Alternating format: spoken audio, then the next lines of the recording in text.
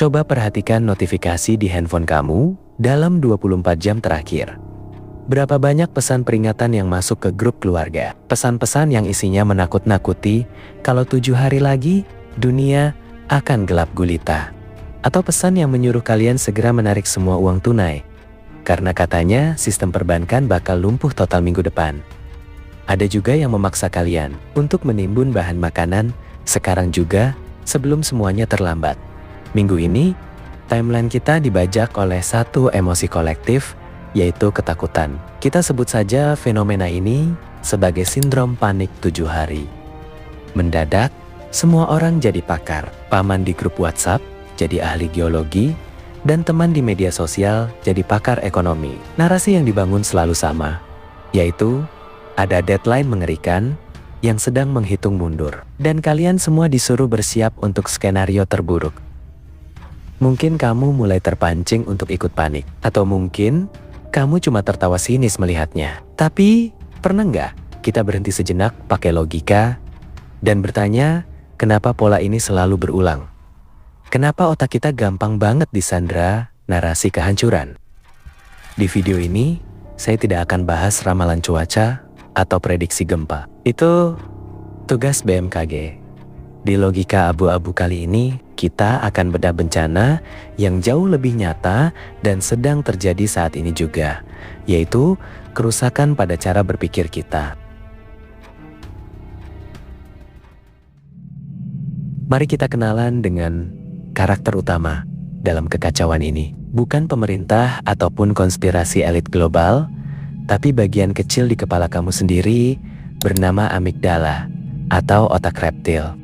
Ribuan tahun lalu, fitur ini adalah penyelamat hidup. Saat nenek moyang kita melihat semak-semak bergoyang, mereka tidak diam untuk analisa data. Mereka akan lari karena tidak tahu apa yang ada di dalamnya. Kalau itu adalah kelinci, mereka selamat, dan kalau itu harimau, mereka juga akan selamat. Saat itu, rasa panik adalah mekanisme untuk bertahan hidup.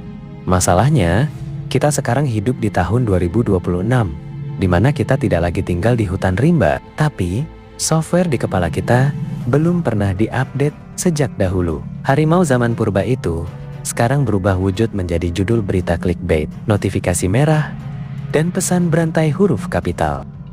Saat kamu baca peringatan awas 7 hari lagi krisis besar, otak purba kamu tidak memprosesnya sebagai informasi, tapi dia memprosesnya sebagai ancaman kematian. Responnya otomatis jantung menjadi berdebar, logika mati, dan insting lari pun menyala. Inilah kenapa orang cerdas sekalipun bisa terlihat bodoh saat panik. Karena saat rasa takut ambil alih kemudi, logika dipaksa duduk di belakang.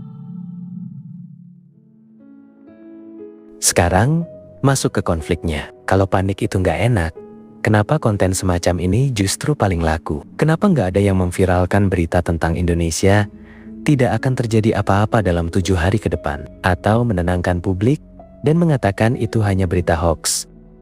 Jawabannya simpel tapi kejam, yaitu ketakutan adalah bisnis. Dalam hukum algoritma, ada prinsip tua yang bilang kalau bad news adalah good news. Riset membuktikan konten yang memicu kemarahan atau ketakutan publik punya potensi viral 6 kali lipat lebih tinggi dibandingkan dengan konten positif. Coba berpikir seperti pedagang perhatian. Kalau saya bikin konten yang judulnya "Semuanya akan baik-baik saja", kamu bakal skip dan berkata, "Ah, gak penting." Dan kemudian kamu bakal lanjut scroll terus.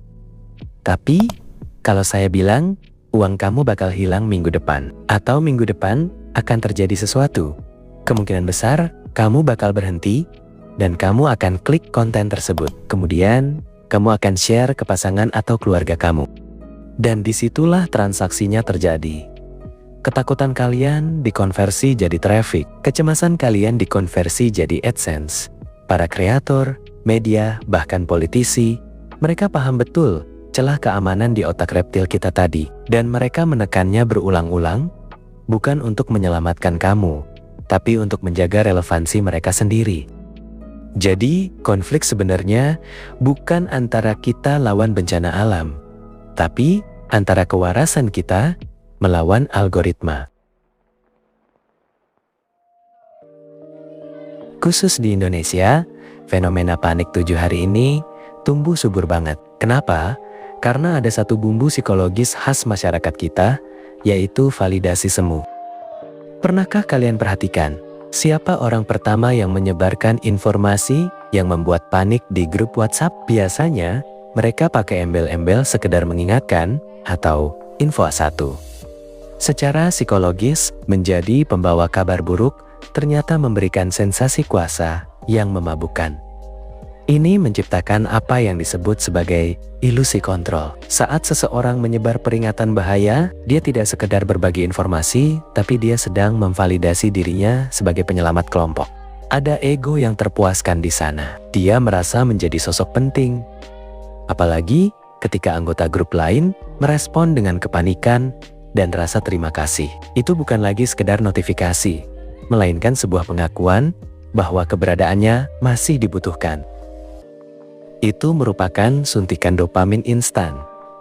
Kita kecanduan dengan rasa dianggap peduli. Meskipun caranya dengan meneror orang lain, ditambah lagi literasi kita rendah, kita jadi bangsa yang malas baca isi, tapi paling rajin sebar judul.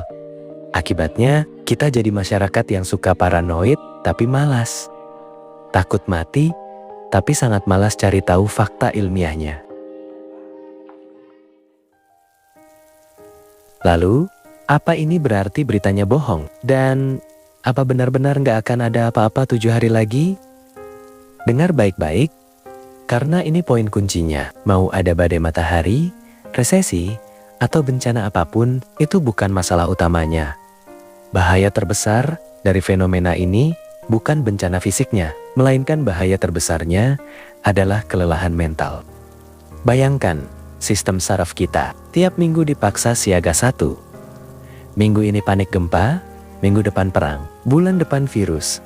Apa yang terjadi kalau alarm kebakaran bunyi tiap hari tanpa ada api? Lama-lama, kita bakal berhenti peduli, dan kita akan menjadi mati rasa. Ini adalah fenomena The Boy Who Cried Wolf, skala massal. Saat bencana yang sebenarnya datang nanti, kita udah terlalu capek buat bersiap.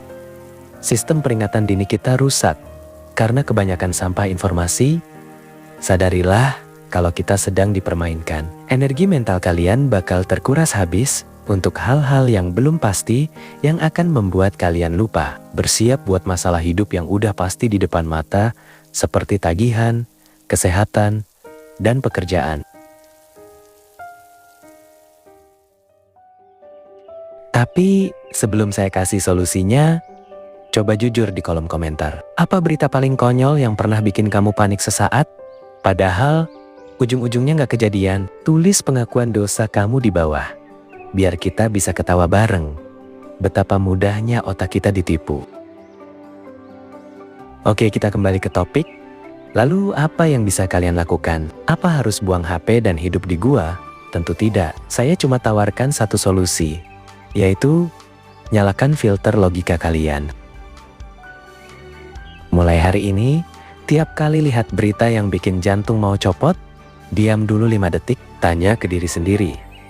Siapa yang untung kalau saya panik? Ini data atau cuma asumsi yang dikemas seram? Dan yang terpenting, tahan jari kamu, jangan sampai jadi penyebar ketakutan selanjutnya.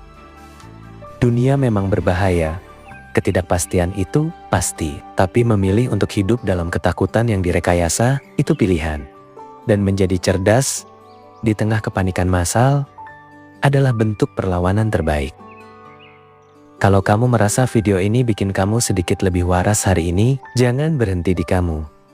Tekan tombol share, dan kirim video ini ke grup keluarga atau teman yang paling hobi panik. Mari kita sebar kewarasan, bukan ketakutan. Dan kalau kamu ingin terus mengasah logika di tengah dunia yang makin gila, silakan bergabung dengan channel ini. Ini Logika Abu-Abu, dan terima kasih sudah berpikir.